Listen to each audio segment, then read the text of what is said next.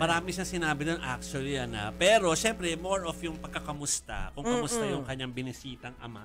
Yeah. Di ba di natin nakita yung dating Pangulong Rodrigo Duterte nung pagbasa ng desisyon tungkol doon sa apela nila sa interim release. Nagsasabi ayaw mo nang lumabas na, so lawyers ang nakita natin. So lahat tayo gusto malaman kamusta siya. Yes. No, so ito yung ilan sa mga sinabi ng Vice Presidente nung kanyang nakausap ang kanyang tatay.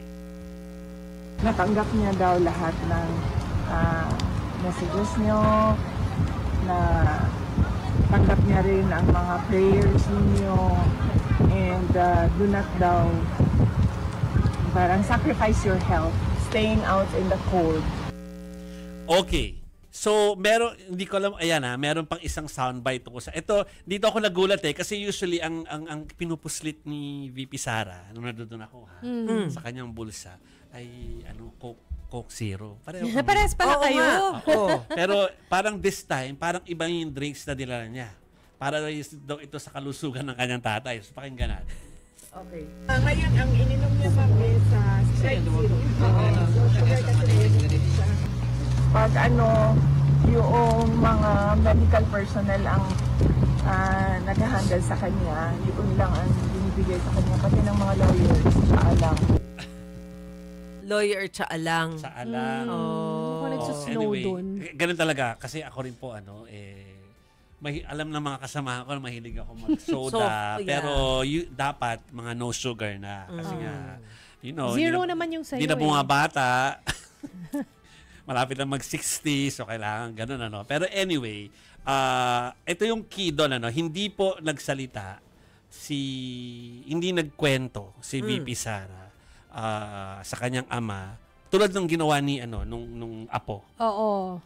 Hindi nila binanggit kay FPRRD yung rejection ng kanyang interim release. Alam naman siguro na yan. Yes.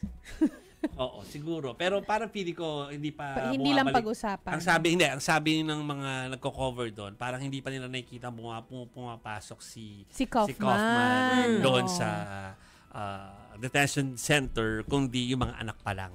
Na-imagine ko kasi meron silang intranet, 'di ba? Na-imagine ko may notice sa email siguro. To inform them, pwede nga rin. Pero I think sila more of pinoprotektahan nila na hindi makita nung dating presidente na affected yung sila. Sila. Nalulungkot yung sila. apo at saka si VP Sara. Di ba yan yung kinuwento nung apo niya na parang kailangan muna niyang ikalma yung sarili niya after marinig yung decision ng ICC, ng International Criminal Court, bago niya harapin yung kanyang lolo. Oo, na hinarap din naman niya nung kinahapunan na yon. Na by the way, nagulat ako na nandiyan na pala si Ruth Cabal. Na-segue ko. Oo, nandito na. Na-segue ko. Nakasalubong ko kanina. Nag-live ako kanina sa Express ng 2:30. Ang sabi si Ruth daw ang mag-a-anchor sa akin. Andiyan na siya. Oo, kasi kausap, ka-chat ko siya nung lumalabas sa last full day niya doon. Sinasabi ako, puntahan mo to. Sabi ko, kung sawa ka na dyan, maliit lang yung lugar, punta ka na, like 20 minutes away, nasa Amsterdam ka na. Pero hindi niya na pinuntahan yung Amsterdam kasi napuntahan doon niya dati. So doon lang siya sa The Hague. Actually, sa The Hague pa lang. Leisurely walk ka lang doon. Relax na siya talaga. Ganda naman kasi ng Europe. Parang Instagrammable lahat. Ng angle. Mukhang nagsusnow kanina. Mukhang nakikita. Di ba naka-dark si VP Sara na clothes? Mukhang nakikita kong white na mga bumabagsak. Pumapatak-patak. Baka dandruff. Ay, hindi pala. Hindi pala. Oo nga, snow. Sayang, So, nagkasali si Ruth at saka si VP Sara. Hindi niya inabutan. Sayang. So, hindi si Ruth po yung naka-interview sa sunod-sunod na mga soundbite na ibibigay namin sa inyo. Pero, ito po yung ilan pa sa mga sinabi ng Vice Presidente sa pakipag-usap niya sa mga supporters. Hindi ka bungkit kanina ba? Hindi ko na tinake out kasi ako yung mag-open. Ano po yun? Anong nangyari? Ano po yun? Wala kaming naintindihan sa sinabi ni VP Sara. Ano daw yun? Excuse me.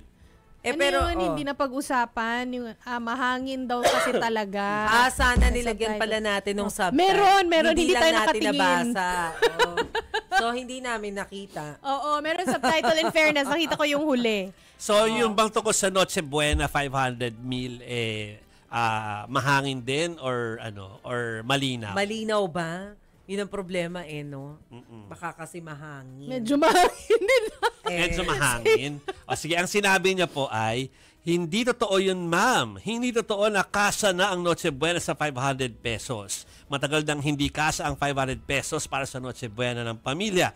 Kung sa amin po na pinamimigay kapag Pasko ay nasa 2,100 pesos na yung isang set daw. So, spaghetti low yun at saka salad pack, yung daw 2,000 na nga daw. Yung paano pa daw yung 500. Well, pinakita namin kahapon na may mga nakita yung mga staff namin na 500 pesos sa mga mall. Pero feeling namin hindi talaga yung kasha for a small family. Hindi talaga. Apat pa sinabi nila, di ba? O kanina pala yung sinabi ni VP Sara, yung about sa desisyon ng ICC dun sa interim release niya, o apela for interim release ni dating Pangulong Rodrigo Duterte. Yes. Ang sabi ni VP Sara, yung hindi natin narinig dahil mahangin, is hindi niya nabanggit kanina, ma'am. Hindi ko na na-take up kasi ayaw kong ako mag-open. Yun. Yun tungkol sa interim release. Oo.